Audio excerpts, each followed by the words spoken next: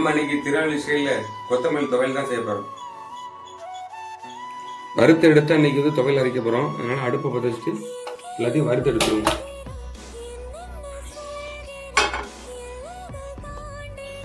கொஞ்சமாக எண்ணெய் ஊற்றி நம்ம வறுத்து எடுத்துருவோம். அவ்வளோத்தையும் மல்லி சேர்த்துக்கிடும்.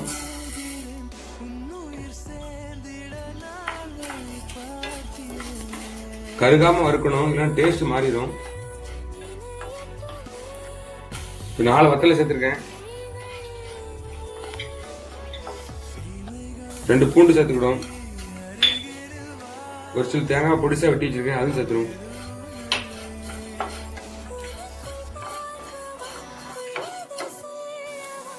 கொஞ்சமா புளி சேர்த்துரும்.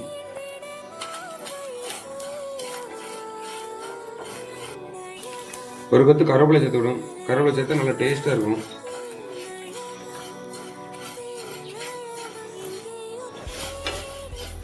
வறுக்கும் போதே அவ்வளோ மனமா இருக்கு. அவ்வளோதான், ரொம்ப வறுக்க வேண்டாம். இந்த மாதிரி வறுத்தல போதும். இப்போ ஸ்டவ் ஆஃப் பண்ணிட்டு நம்ம ஆற வச்சுக்கலாம். இப்போ ஆறிடுச்சு. இப்போ மிக்சி ஜாரில் சேர்த்து நம்ம அரைச்சி எடுத்துருவோம்.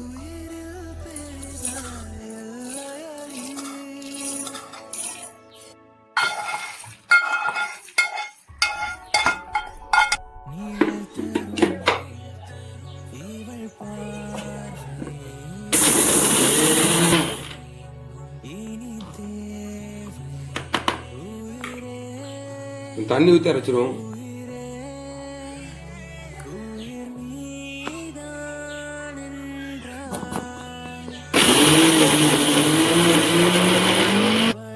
துவையலுக்கு தேவையான உப்பு சேர்த்துக்கிடும். கொஞ்சமா சேர்த்துக்குவேன்.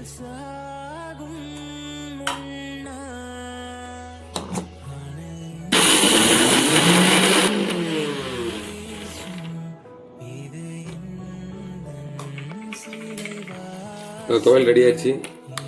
எடுத்து சாப்பிடலாம் சாப்பாடோட வச்சு.